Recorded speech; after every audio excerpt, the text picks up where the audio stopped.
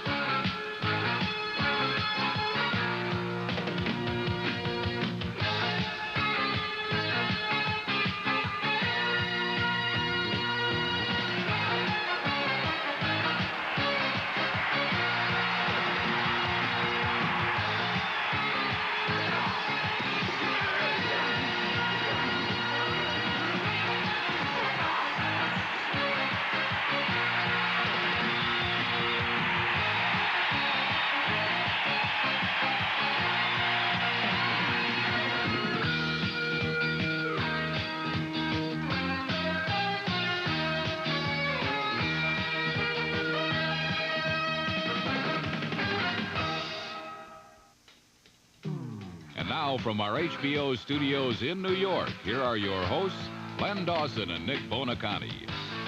Hello, everybody. Nick and I would like to welcome you to the Wild Card Week. The race for the Super Bowl has been narrowed down to 8 teams now. Our NFL cover story is about the Dallas Cowboys players. They know they are expected to win all of the time. We're going to see how they handle that pressure. Our NFL record book is titled Cream of the Crop. We're going to take a statistical look at the leaders in the NFL for 1983. Nick, for the Dallas Cowboys, the party is over. Len, the Dallas Cowboy mystique has been broken, and the once immortal Dallas Cowboys have been proven to be quite mortal again. I think you, I, and most of the world picked Dallas to beat the LA Rams on Sunday. But I think that was more on the past reputation of the Cowboys than on their 1983 performance. If you look at the last 3 games that they played, then Dallas was going to have to do a lot of soul-searching to find the right answers for 84.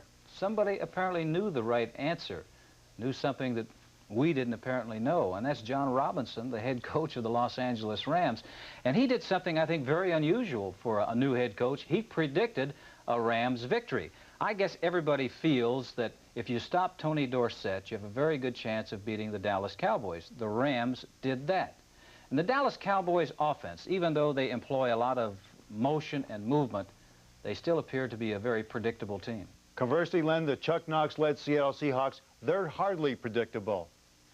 Yes, Chuck Knox does depend on running back Kurt Warner, but he doesn't totally depend on him to win football games. That's because he has a quarterback by the name of David Craig and a wide receiver named Steve Largent. It's most unusual for Seahawks coach Chuck Knox to sneak up on his opposition like he did to Denver's Dan Reeves in the AFC wild card game. Normally, Knox's approach is straightforward. He builds teams around defense and a dominant running game. This season, Knox became the first coach in NFL history to guide 3 different teams to the playoffs by featuring the AFC's leading rusher, rookie Kurt Warner, number 28. Against the Broncos, Warner's burst set up the game's first touchdown, a Dave Craig to Steve Largent strike that barely eluded the outstretched hand of Denver's Louis Wright.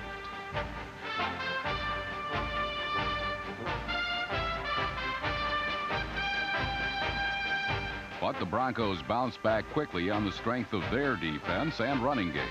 Disguising their blitz intentions by delaying it for a split second, the Broncos forced Seattle center Blair Bush, number 59, into a double-team block, while number 52, linebacker Ken Woodard, was left with a clear path to Craig.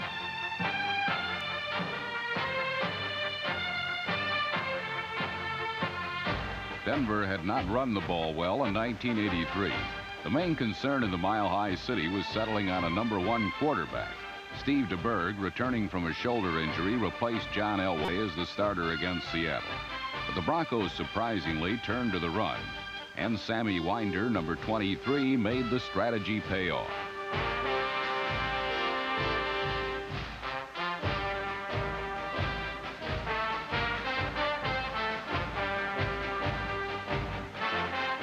Winder's 35-yard run led to the tying touchdown.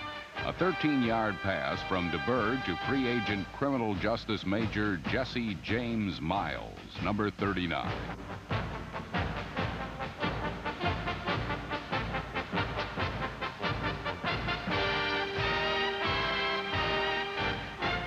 The first quarter had been played evenly. Both teams had scored following long drives. But the pattern of the game began to emerge in the second period. The Broncos continued to move the ball, but they were thwarted by turnovers, and they could not put any more points on the board.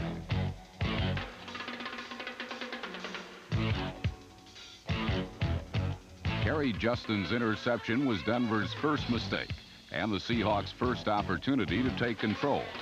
Offensively, the Seahawks reflect the personality of Knox, a man whose beliefs run contrary to present football thinking. Knox still establishes the ground game first, and it came as no surprise when Warner got the call following the interception.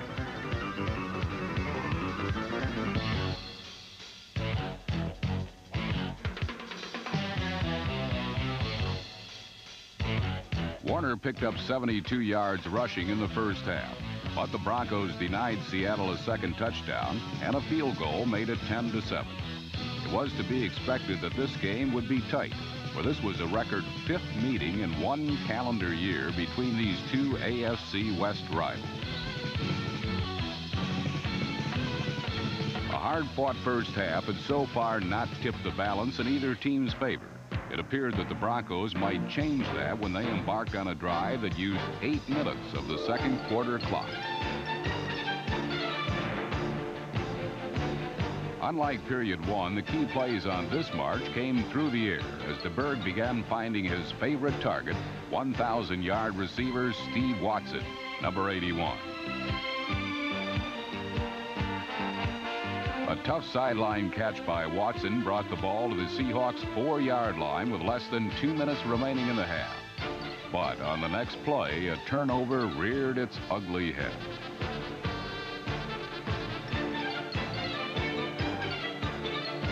Gerald Wilhite's fumble, Denver's second costly mistake of the period, was recovered by the Seahawks, and the Broncos came up empty. The half ended with Seattle in front 10-7, despite the fact that the Broncos did most of the offensive damage following Craig's early touchdown pass. But the first half had merely been a warm-up for Craig and his teammates. In the second 30 minutes, Seattle buried the Broncos with a brilliant display of nearly flawless football. When you get to the playoffs, you can throw most statistics right out the window.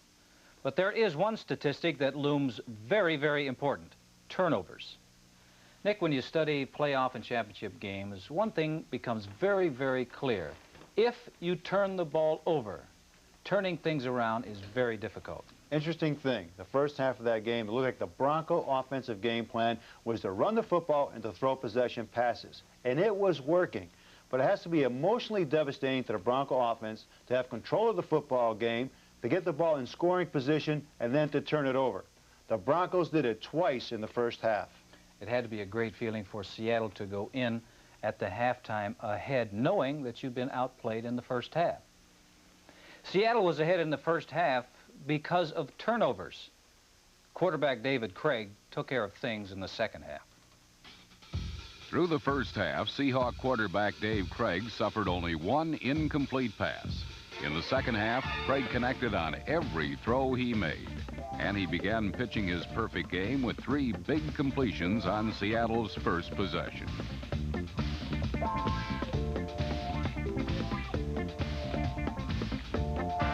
Number 87, tight end Charlie Young, is one of several experienced players brought in by Chuck Knox to bolster the young Seahawks, and his catch got the drive off on the right foot. From there, it was first-half hero Steve Largent who continued to cause problems for the Broncos secondary.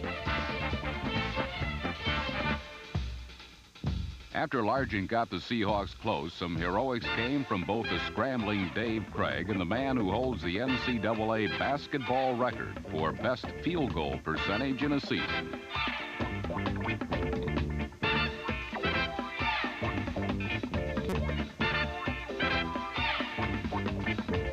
Number 88, tight end Pete Metzelaars was a dead-eye shooter when he attended Wabash College. And the former hoop star hit a bullseye thanks to quick thinking and quick feet from his quarterback. By eluding Bronco pressure, Craig bought enough time for Metzelaars to work himself free for the touchdown.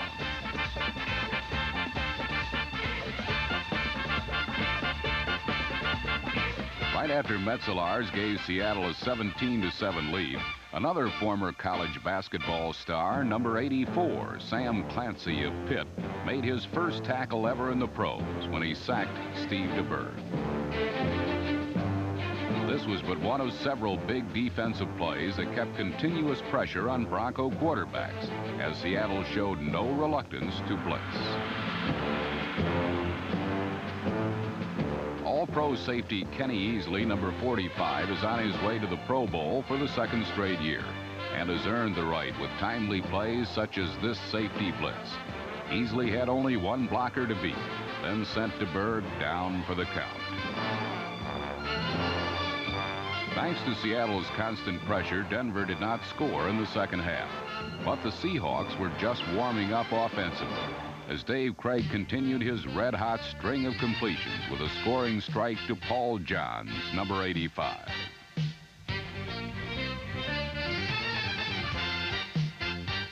Craig's toss was a perfect throw that just did elude the outstretched arm of Bronco defender Mike Harden, number 31. With the score, Seattle increased its lead to 24-7. Just moments later, it was Paul Johns again, running in motion, then breaking a fly pattern down the sideline for a 41-yard gain.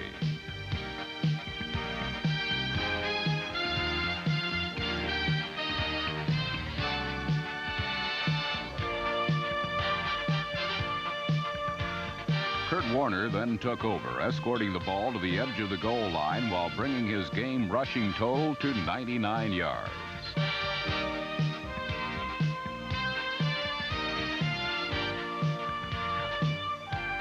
Then the AFC Rookie of the Year threw a block to spring number 46 David Hughes, who somersaulted in for Seattle's final score. With the game's outcome all but decided, Denver thanked Steve DeBerg for his efforts and turned matters over to backup John Elway. Elway got decent results, although they came through some unorthodox methods.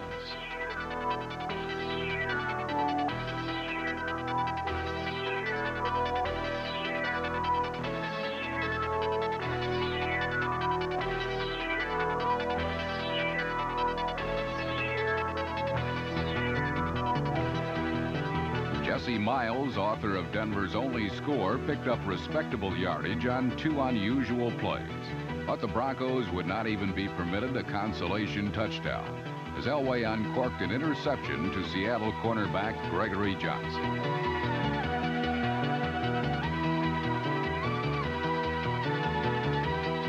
The old adage has always been, teams making their first playoff appearance aren't supposed to win.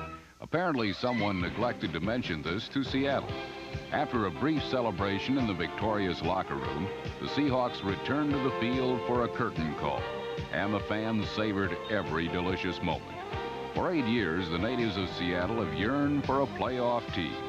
Their long wait is finally over. No matter what else the Seahawks do in the playoffs, this season has been the best in franchise history. Never before has this flock of Seahawks soared so high.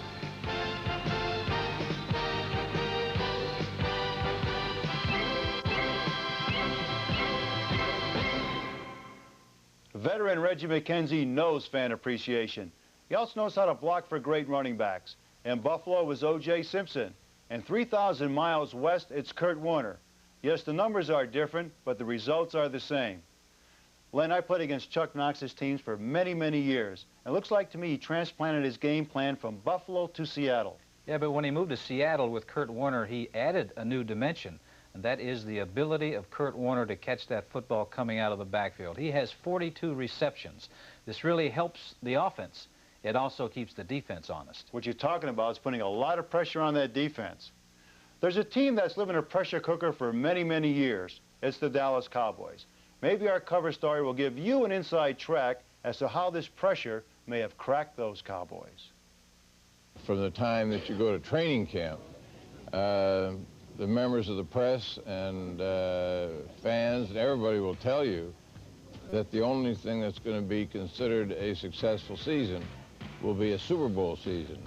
And that's a very tough assignment for somebody to start off in July, and you're going to be judged by what happens in January. And sometimes there's a tendency to forget that there are a lot of stops.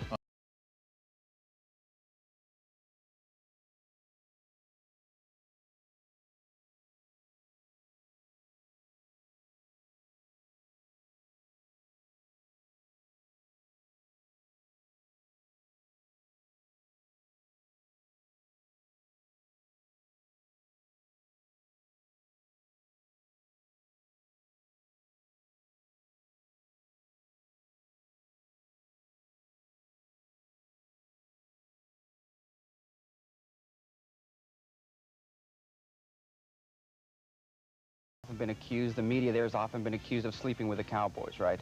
Dallas media is going to always root for the home team. Well, I think there's a fear in that, especially among the print journalists, to be objective, and that's gone to this extent in being somewhat negative at times. You know, trying to be as objective as possible means sometimes bringing out the stuff that maybe the local fans don't want to hear sometimes.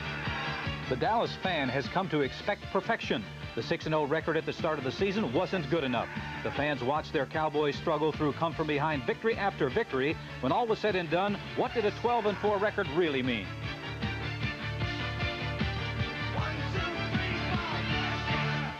If you go over the years when we've had the great teams here with the organization, the most they've ever won in one season is 12 games. So, you know, we've had an outstanding year, but I think because we are the Dallas Cowboys and there's been so much success through the years with this organization that, you know, people take 12-4 as, well, you know, it's just mediocre year. Dallas should have done better. The main problem with the players is that they did struggle through the first 6 games. They were, you know, lucky, very lucky to win those first 6 games that they won and got to 6-0. And when it got down to 12-4, it all came out that maybe the Cowboys weren't quite as good as everybody thought they were earlier in the season. That's one of the things you have to be willing to accept when you play for a great team. Sure, you get a lot of recognition and you have a chance to go to the playoffs every year and to go to the Super Bowl every year. On the other hand, you'd better live up to your expectations or there's going to be a lot of pressure put on you. And so there are benefits and there are shortcomings that go with playing for a championship team like the Dallas Cowboys, and that's one of them. The demands on America's team were now compounded by Mother Nature. As the ice storm moved in on Dallas, the Cowboys moved to Houston. After 2 miserable losses, one to San Francisco and one to Washington, the bitter cold weather seemed as unique as the chill that frosted the Cowboys' performance. It's hard to say what effect the unprecedented practice at the Astrodome had on the boys from up north.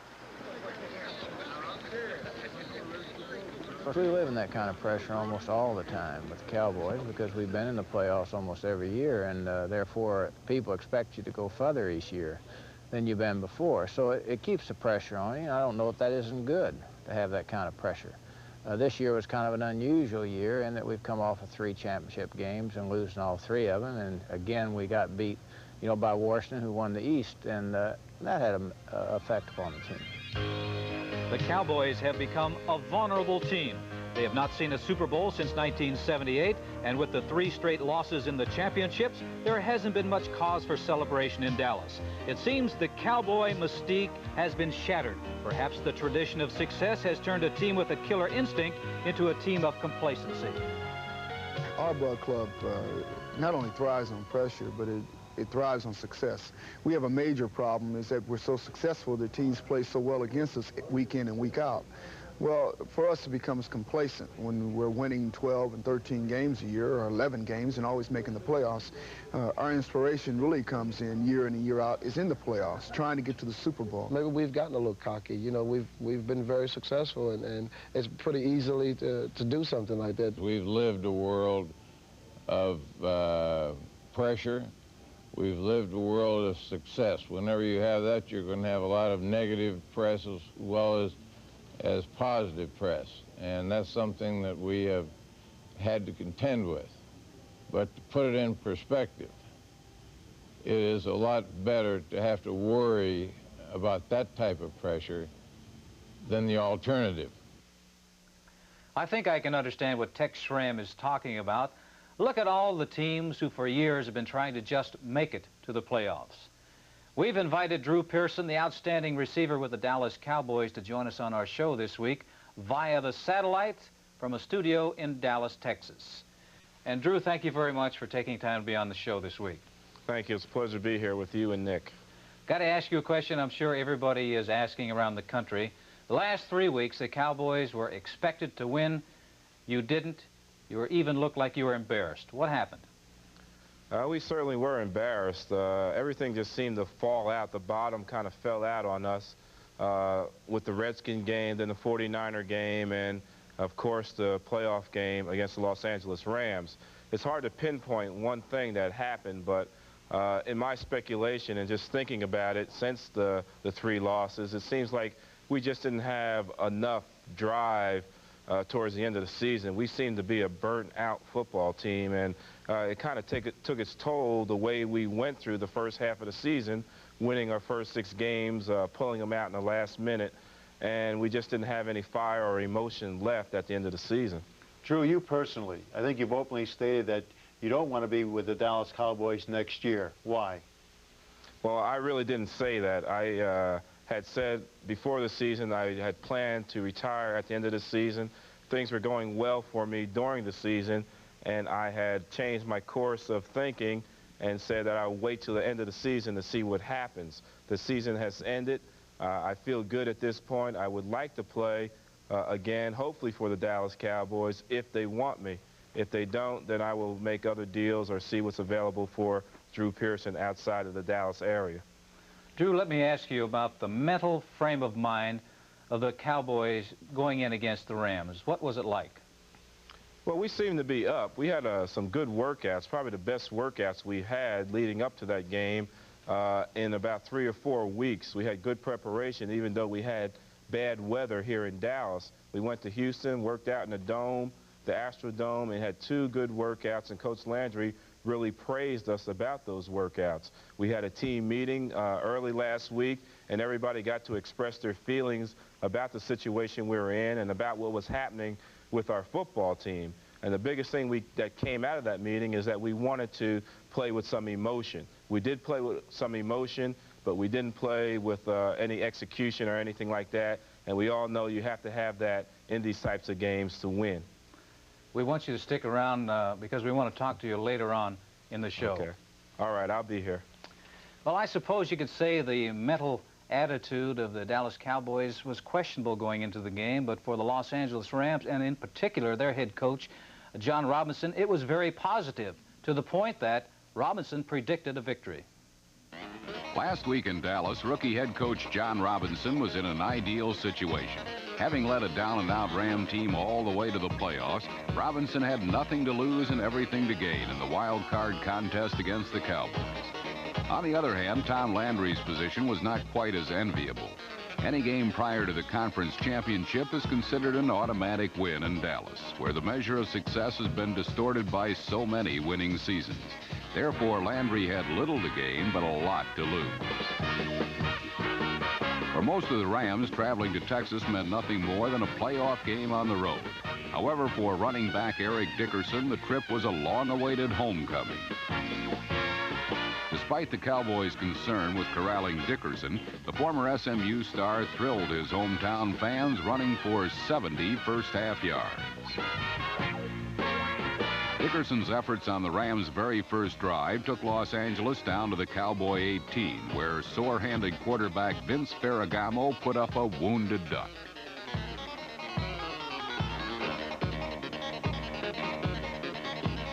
But like a well-trained retriever, number 81 David Hill fetched the wobbly pass to give the Rams a 7-0 lead. Another look at the score shows that despite pressure, Ferragamo hung in long enough to allow his big tight end to get open.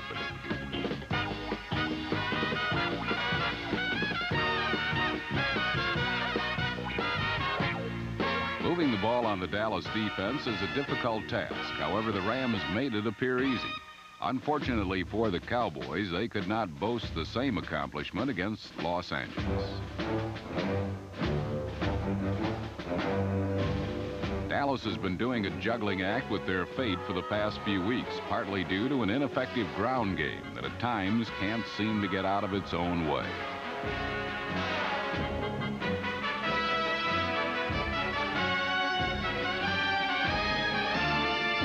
Lack of even a spark from the usually fiery Tony Dorsett quickly sent an engraved invitation to the Rams' defensive line. Since we can't run, we have to throw. Therefore, you'll find quarterback Danny White standing in the pocket, waiting for your arrival.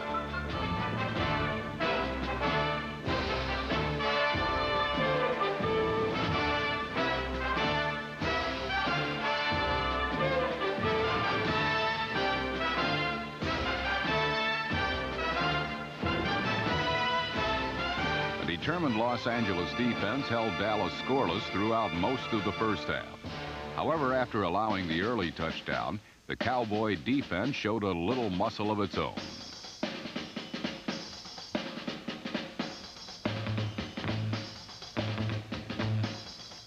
Dallas kept the Rams off the scoreboard for the rest of the half, thanks in part to a big fourth down play in which the Cowboys took the razzle out of the Rams' dazzle.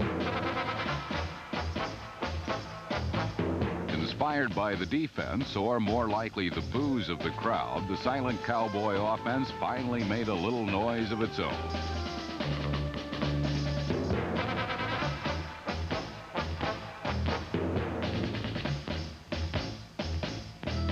Number 80, Tony Hill, who caught 7 first-half passes for 89 yards, moved the Cowboys down to the Ram 14 with only 21 seconds remaining in the half.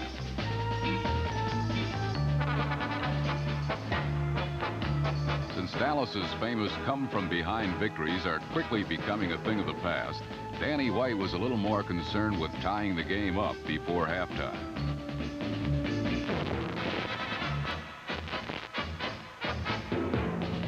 Hill's touchdown knotted the game at 7 apiece, as it appeared the Cowboy quarterback was beginning to get the hang of threading the small holes left open by the Ram defense.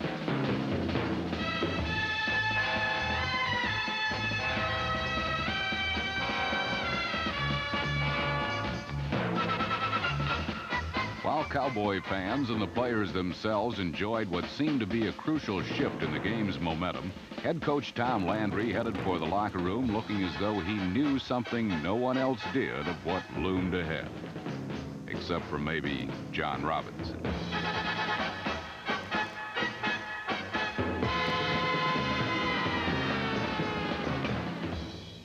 Tom Landry could see that Dorsett was being shut down and that Ram offensive line was gaining control of the line of scrimmage.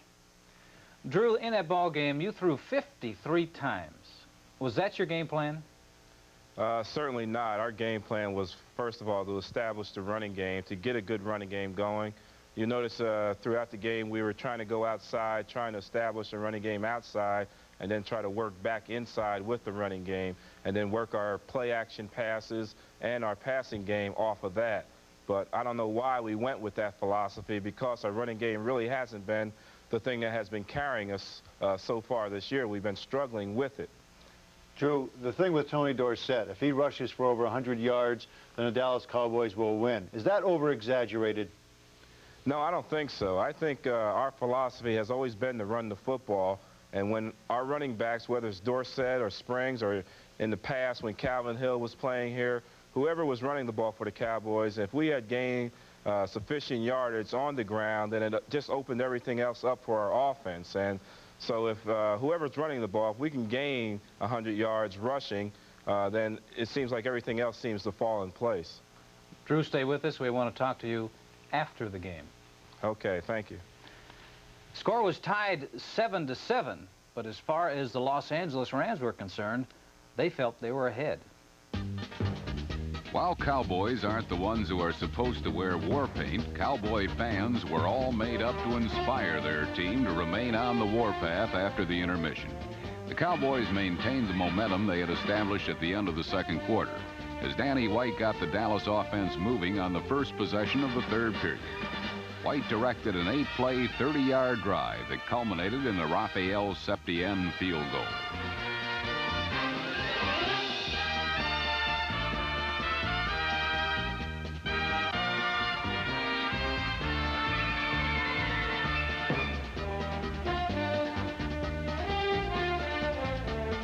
When the Rams attempted to mount an airborne assault on Dallas's 10-7 lead, Vince Ferragamo was grounded by the Dallas defense.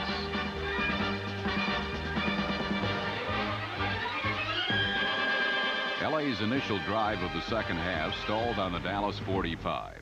Then the Cowboys began a painful process of self-destruction that would plague them throughout the remainder of the afternoon. Number 31, Gary Allen, mishandled John Misko's punt, and the Rams recovered. Then quickly took advantage of the miscue as Ferragamo hit number 88, Preston Denard, in the end zone on the very next play.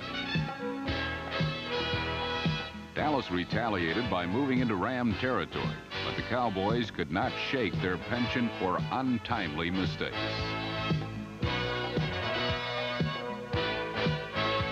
After linebacker Jim Collins, number 50, picked off a Danny White pass, the Rams saddled up Eric Dickerson, number 29, and the thoroughbred running back paced a charge downfield.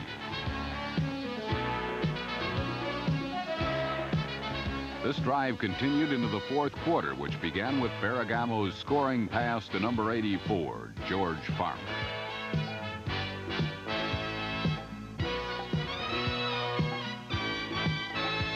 With the Rams now ahead 21-10, Dallas could not afford another blunder. But with the Cowboys moving toward a crucial score, White made his costliest error of the day.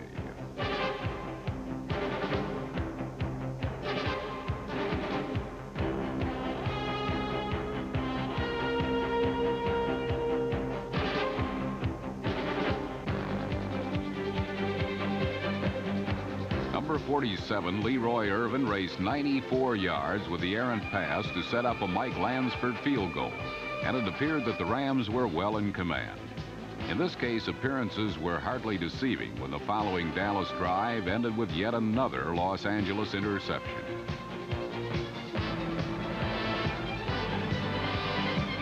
But number 58, Mello, and theft didn't lead to a Rams score. And with less than 4 minutes to play, Dallas set out to mount a comeback. White staved off disaster when he faced a 4th and 17 situation and hit number 88, Drew Pearson, for a 30-yard gain.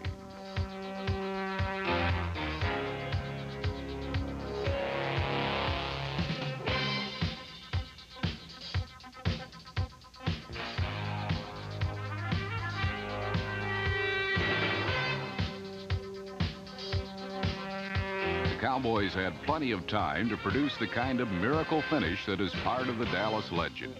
But unfortunately, they took too much time to make it happen.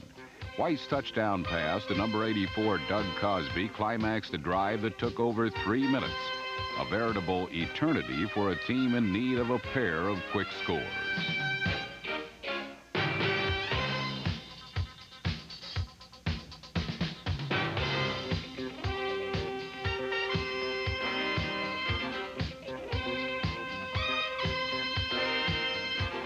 Thus, Dallas's last hope was a last-gasp onside kick attempt.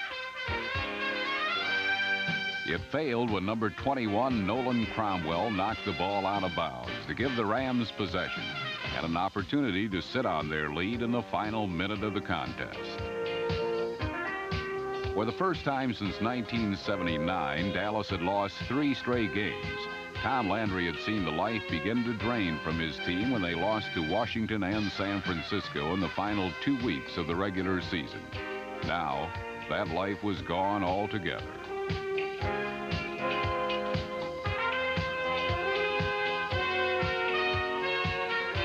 John Robinson's surprising Rams, however, are still alive and kicking. Like the Seattle Seahawks, the Rams are a bona fide Cinderella team, and their golden coach now awaits to transport them to Washington and round 2 of the NFC playoffs.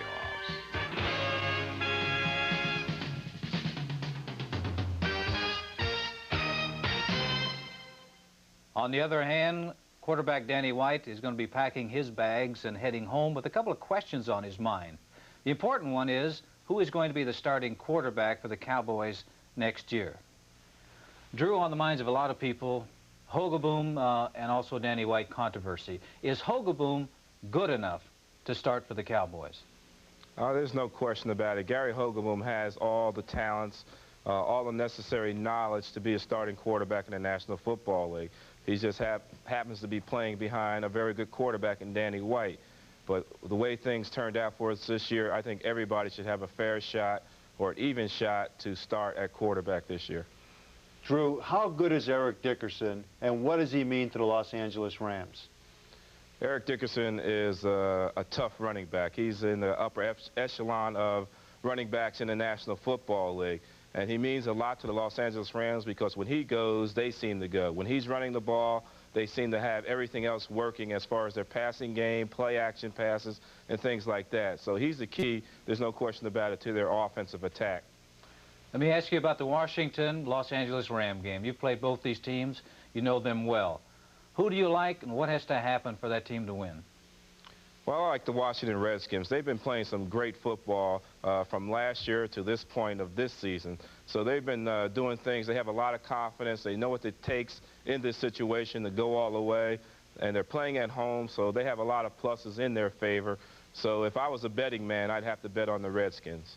We want to thank you very much, Drew, for taking time to be on our show. And we sure hope that you're back next year because you are really an outstanding receiver. Well, thank you, Len. Thank you, Nick. And I'll see what happens as this offseason progresses. Our NFL record book is titled Cream of the Crop. In part one, we'll take a look at the league leaders in the aerial show for 1983. The leading passer in the NFL this season was Atlanta's number 10, Steve Bartkowski. The 9-year vet from the University of California had a magnificent year, hitting on 63.5% and throwing 22 touchdown passes. Even more impressively, Bartkowski was intercepted only 5 times all season.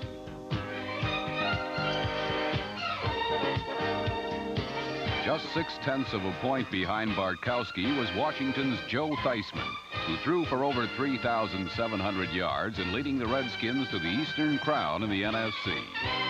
A brace of youngsters made their mark this year. The Dolphins' sensational rookie quarterback Dan Marino was the leading passer in the American Conference, throwing 20 touchdowns while suffering only 6 thefts.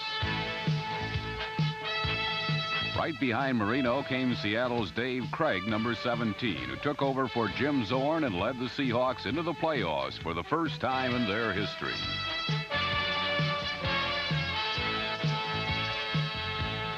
But the biggest surprise occurred in Kansas City, where 5th-year substitute Bill Kenny suddenly blossomed into a major force, becoming one of the few to throw for over 4,000 yards in a single season.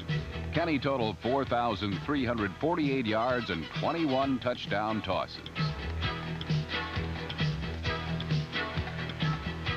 The Bengals' Ken Anderson once again was the NFL's most accurate passer with a whopping 66.7% completed. Joe Montana was runner-up to Anderson, hitting for 64.5% and 26 touchdowns. The 49ers star ranked 3rd in the NFC in passing production. Another new name to emerge among the leaders was Neil Lomax of the Cardinals, who ranked behind Montana for a 4th-place finish in the NFC passing statistics. The up-and-down season of the Packers was mirrored by Lynn Dickey, who led the entire NFL in both touchdowns with 32 and interceptions with 29.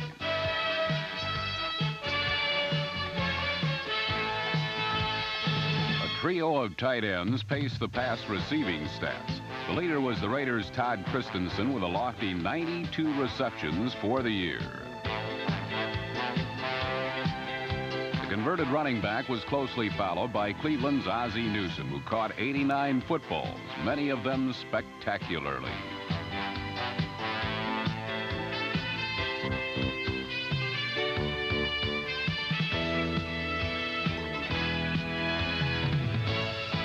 Rounding out the top 3 was the Chargers' Kellen Winslow, number 80. who was hampered by Dan Fout's injury, but finished fast with 88 receptions. The leading wide receivers were a pair of youngsters. The Oilers' Tim Smith took everyone by surprise, hauling in 83 catches, the same number on his back, to become one of the few bright spots for Houston.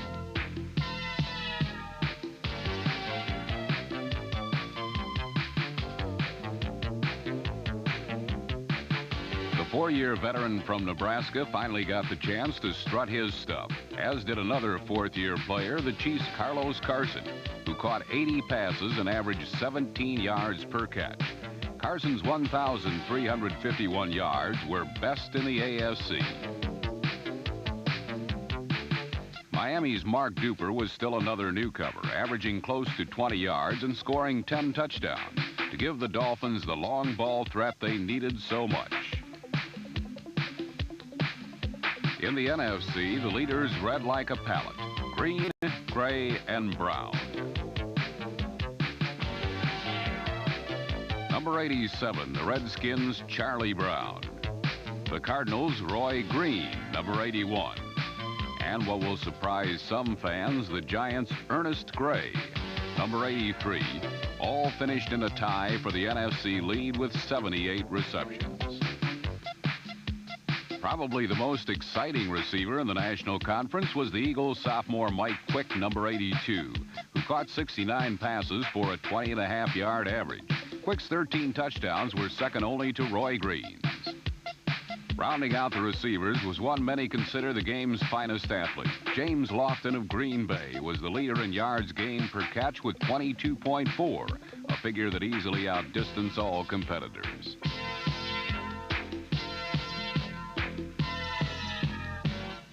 As you can see, James Lofton is a big play man and a game breaker.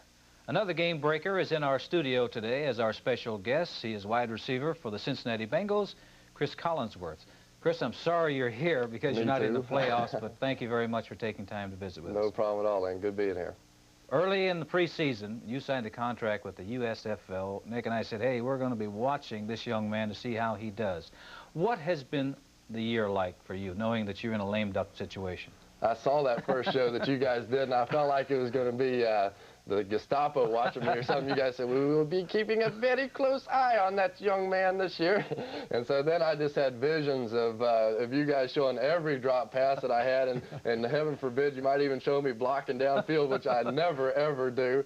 And but it's been a good year for me, I think, because there was a lot of pressure on me early in the year, and then, but things started happening, and they started going in the right direction for me, and Kenny Anderson got hot, and we started hitting some big plays, and as soon as that happened, the fans got back behind me, and it was easy. Chris, if you have the best defense in the league, and you had the #1 pick in the 1984 draft, and your team came on strong in the end of the season, why would you, head coach Forrest Gregg, go to the Green Bay Packers?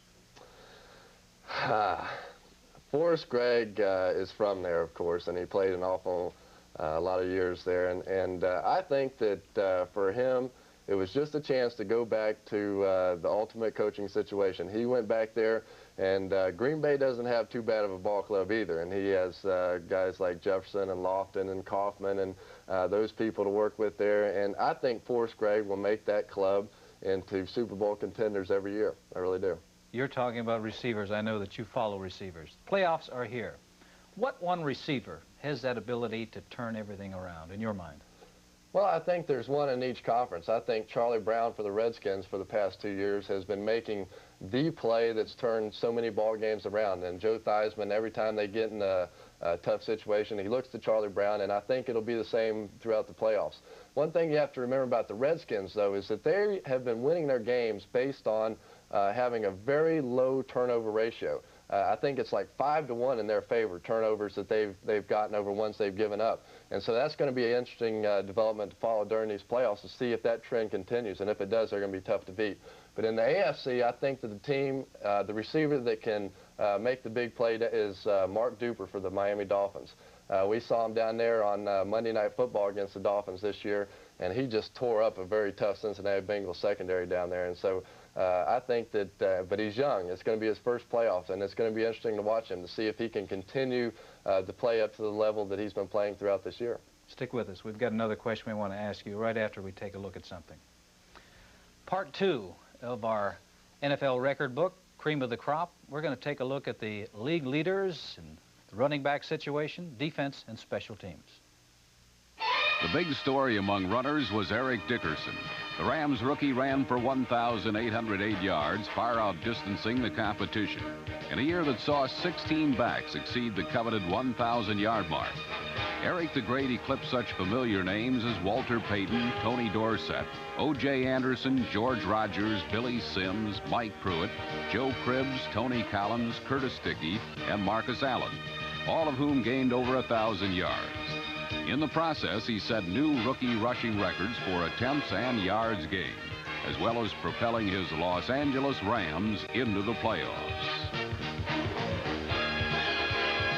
Another rookie, Seattle's Kurt Warner, led the AFC in rushing with 1,449 yards and helped his team gain the playoffs. But the oldsters weren't exactly shut out. Pittsburgh's Franco Harris moved into second place behind Jim Brown in the league's all-time rushing statistics, and in 1983 became the first man to gain 1,000 yards in 8 different seasons. Franco made the mark by 7 yards.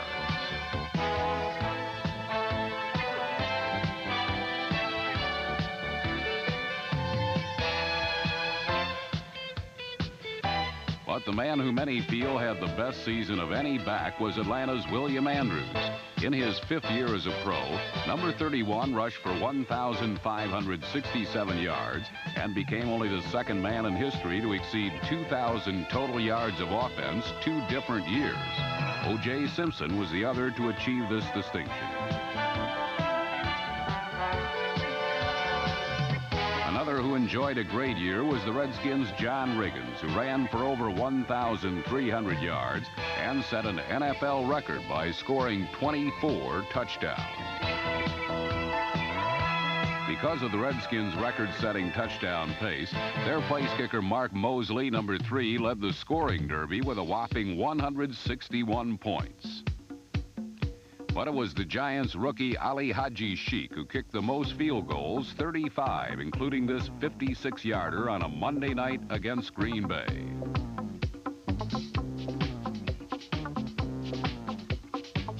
But when it came to distance, the Giants' place kicker had to take a back seat to Cleveland's Steve Cox and Kansas City's Nick Lowry, who each belted 58-yard field goals, the 2 longest of the year in the NFL.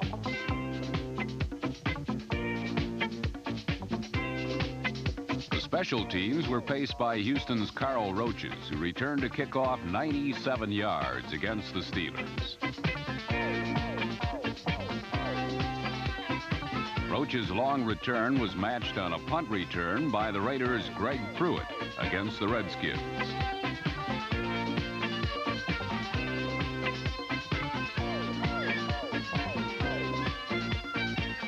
In the 2 main defensive categories, the sack leader in the NFC was number 74, San Francisco's pass rushing specialist Fred Dean, who had 17.5.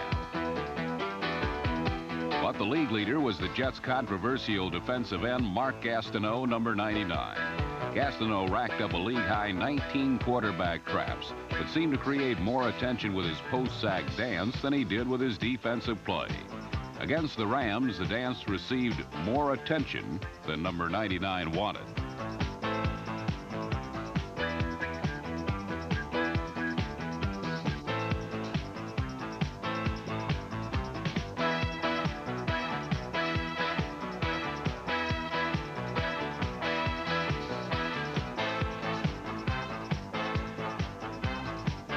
In the all-important defensive category of interceptions, the leader was Washington's free safety Mark Murphy with 9 thefts.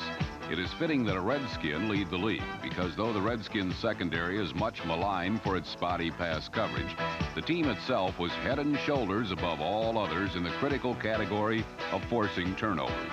It is this penchant for defensively making the big play that may propel Joe Gibbs and the Redskins into the Super Bowl for the 2nd straight season. I've been saying all year long the Washington Redskins are the best team in the NFL, and I see no reason to change my mind now. Chris, who's going to win the AFC Championship, the NFC Championship, and who's going to win the Super Bowl? For the AFC, I have to pick the LA Raiders. I think with the acquisition of Mike Haynes, that allows those guys to play one-on-one coverage, him and Lester Hayes back there, and I just don't think that anyone's going to score many points on the Raiders. In the NFC, I've got my upset special. I'm going to pick the San Francisco 49ers if they can get by the Detroit Lions. I think that with their short ball control passing game, they'll be able to beat the Redskins, even without Dwight Clark, but then I have to pick the LA Raiders to win the whole thing. You have done really a great job. Nick and I have mentioned this on your lame duck year. We want to congratulate you on that. I want to thank you for coming on the show. Thank you, Lynn. You have been our selection as best of the week on several occasions, but since you did not play last week, you can't qualify. David Craig and Leroy Irvin did play, and they certainly did qualify as HBO's best of the week. Seattle's surprising young quarterback, Dave Craig, is HBO's pick for Offensive Player of the Week. The fourth-year veteran from tiny Milton College, which incidentally no longer exists, played a nearly flawless game against Denver, picking apart the Broncos' secondary, hitting on a stunning 12 for 13 passes for 200 yards, no interceptions, and 3 touchdowns.